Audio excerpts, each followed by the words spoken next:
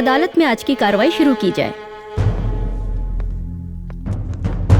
Thank you milord. Your honour, जैसा कि मेरे मुवक्किल प्रभात और उनके परिवार वालों ने इसी अदालत में पिछली दफा बताया था कि मधु जी उनके परिवार के बहू बनने के काबिल ही नहीं है। ये बात उनके परिवार वालों ने भी स्वीकार की है, लेकिन ऑब्जेक्शन मिलॉर्ड। मधु की खामोशी को मेरे काबिल दोस्त ने कैसे कबूलनामा मान लिया?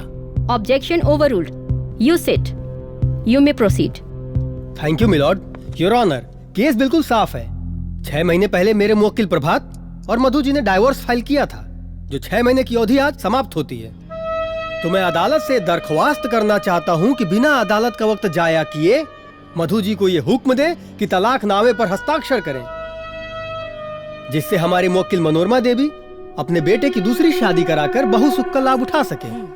योर ऑनर, मैं अपने काबिल दोस्त से एक बात पूछना चाहता हूँ कि जब मधु एक अच्छी बहू के लायक थी ही नहीं तो इन लोगों ने शादी ही क्यों करवाई? योर ऑनर, मैं अपने काबिल दोस्त को बताना चाहूंगा कि शादी विवाह एक पारिवारिक गाठजोड़ होती है। परिवार के मान मर्यादा को ध्यान में रखते हुए बहुत सारी बातें छुपा ली जाती है। योर ऑनर, इस केस में भी सेम टू सेम ऐसा ही हुआ।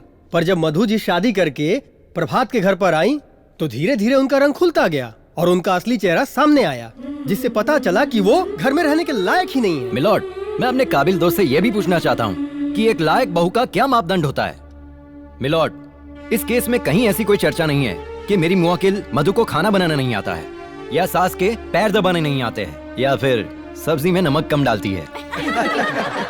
Order order. You may proceed. Thank you. Milord, आप खुद एक महिला है और भली भांति जानती हैं कि बहुओं का नमक ही पहला दुश्मन होता है जो घर में अशांति फैलाता है। ये तलाक का एक ही कारण है, ये लोग दहेज के लालची है। ए वकील साहब, अरे रउआ कितना झूठ बोलत तनी महाराज। कौना चीज का कमी बा हमरा पास? हैं? घर दुआर खेत कियारी, अरे 5 लाख का ट्रैक्टर दुआरी पर हुमच के बनने बाड़ी और रउआ कहता नहीं कि ऑर्डर ऑर्डर ऑर्डर। मनोरमा जी, ये कोर्ट है, आपका घर नहीं है। आपको जो भी बातें बोलनी है कटघरे में आके बोलिए। नट अरे माई, बैठ जाओ। ओके। मिलॉर्ड, मैं अपने मुवक्किल मधु जी को कटघरे में बुलाने की इजाजत चाहता हूँ। इजाजत है।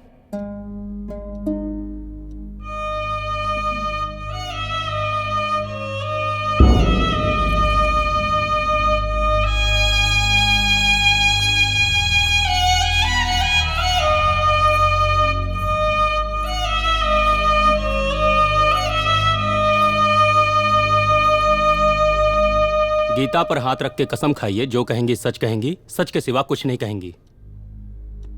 मैं कसम खाती हूँ, जो भी कहूंगी सच कहूंगी, सच के सिवा कुछ नहीं कहूंगी। हाँ तो मधु जी, ये अदालत जानना चाहती है कि आपके ससुराल वाले क्या आपको दहेज के लिए प्रताड़ित करते हैं?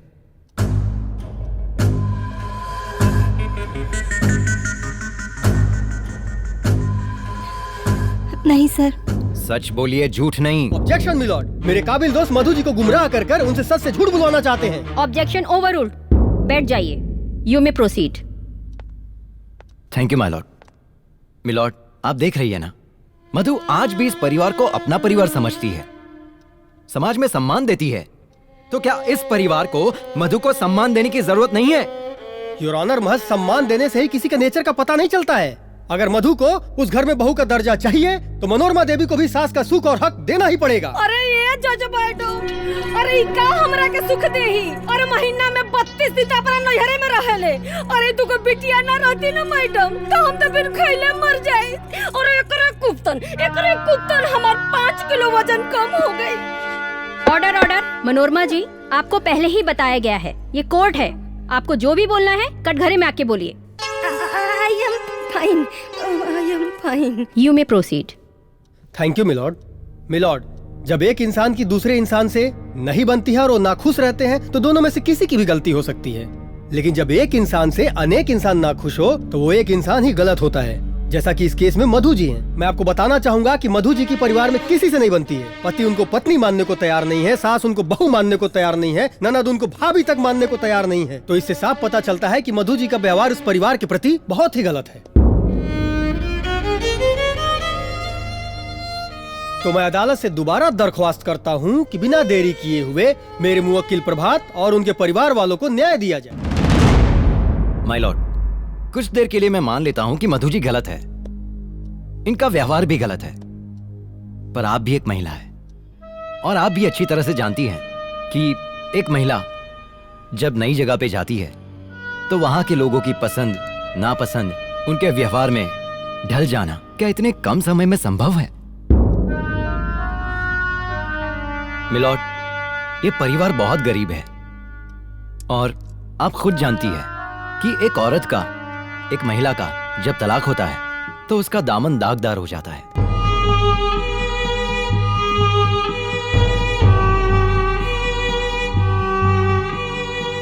ये आप अच्छी तरह से समझती है। क्या मधु को थोड़ा सा और वक्त नहीं मिलना चाहिए?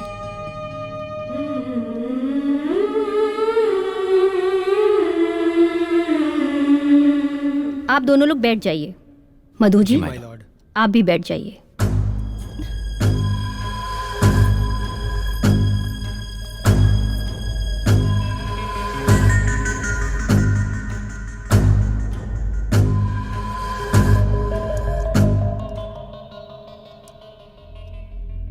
अदालत हमेशा सबूतों और गवाहों के आधार पर ही निर्णय लेता है।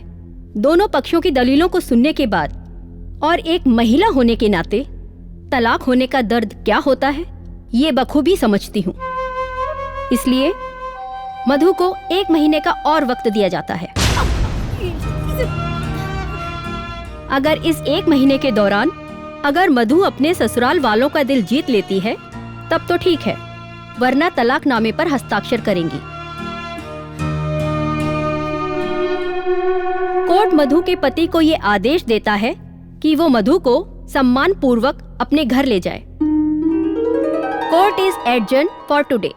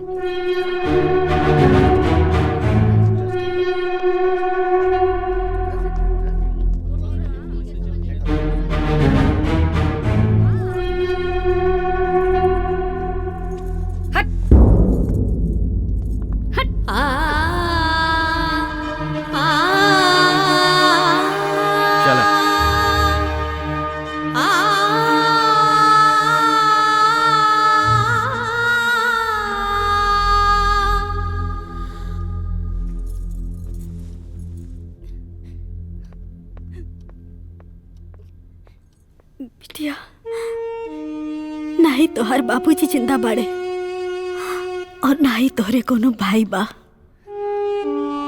और हमार उम्र कितना बा। हम आजीवन तोहार साथ नहीं खी दे सकत बेटा।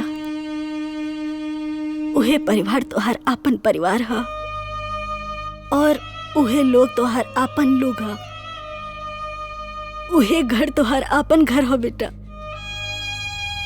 अरे तोहार बाबूजी बड़का बड़का लड़ाई जीत लेत रहले और तू ऊ लोगन के दिल नहीं खो जीत सकत। बेटा, ससुराल से पतो के अर्थी ही उठेला।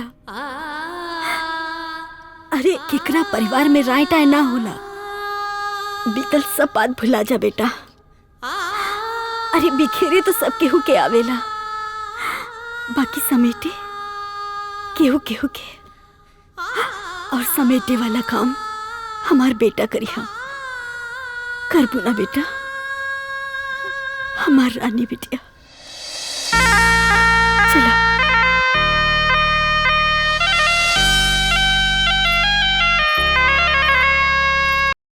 पूरा फिल्म देखे खातिर अभी डाउनलोड करी दंगल प्ले ऐप।